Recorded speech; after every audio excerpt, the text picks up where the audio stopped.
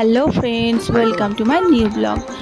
আমার চ্যানেলের নাম হলো মিষ্টু সিংহ অফিসিয়াল। প্লিজ সবাই আমার চ্যানেলটিকে সাবস্ক্রাইব করবেন। তো আমরা ফ্যামিলি নিয়ে বেরিয়ে পড়েছি তারাপীঠে আমরা লাইন দিচ্ছি। সেদিনকে ওয়েদারটা এত গরম ছিল এবং মানে লাইন এত বেশি, দেখতেই পাচ্ছেন আপনারা কত ভিড় সেদিন। গরমের মধ্যে একটু কষ্ট হয়েছে ঠিকই, কিন্তু মায়ের পুজোটা দেওয়া হয়েছে। তো আমরা মা তারার দিকে এগিয়ে যাচ্ছি পুজো দেওয়ার জন্য। পুজো হয়ে গেছে, আমরা অন্য একটা জায়গা ভিজিট করব, সেটা হলো বীরচন্দ্রপুর। আমরা বাড়ি থেকে সেরকমই প্ল্যান করে গেছিলাম যে আমরা মায়ের পুজো দিয়ে তারপর আমরা শ্রীকৃষ্ণর মন্দির যাব বীরচন্দ্রপুর। তো আমার চ্যানেলটিকে অবশ্যই আপনারা সাবস্ক্রাইব করবেন। আর বীরচন্দ্রপুর যারা যারা এখনও পর্যন্ত যাননি তাদের সবাইকে আমার রিকোয়েস্ট থাকলো যে সবাই একবার গিয়ে অন্তত বীরচন্দ্রপুর ভিজিট করে আসবেন, কারণ অসাধারণ মন্দিরটা। দেখতেই পাচ্ছেন আপনারা কেমন মন্দিরটা বানিয়েছে।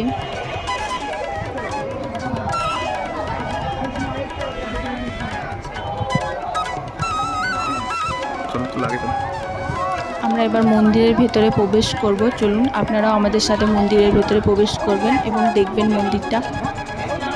ওখানে ভিডিও ফটো কিছু এলাও নেই, কিন্তু তাও আমরা চেষ্টা করেছি যতটা পারবো আপনাদেরকে দেখাবো। এখানে মূর্তিটা আছে প্রভুপাদ, যেটা দেখে মনে হবে একদম অরিজিনাল বসে আছে। আর এদিকে শ্রীকৃষ্ণ, রাধা, আরও নানান ঠাকুরের মূর্তিগুলো আছে, সেগুলোও অসাধারণ সুন্দর।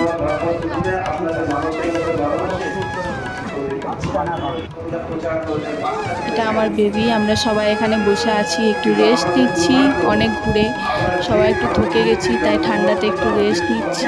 ভেতরটা খুবই ঠান্ডা ছিল আর ভালোও লাগছিল গরমের মধ্যে ওখানে বসে। এবার আমরা মন্দির থেকে বেরিয়ে আসছি। বেরিয়ে এসে এখানে একটা দোকান দেখেছি, যেটা খুবই ভালো। অনেক রকমের জিনিস আছে, নানান রকমের ঠাকুরের বই, নানান রকমের ঠাকুরের জিনিস। এটা দেখে খুব ভালো লাগলো। তো এবার আমরা বাড়ির দিকে রওনা দেব। বাই বাই সবাইকে।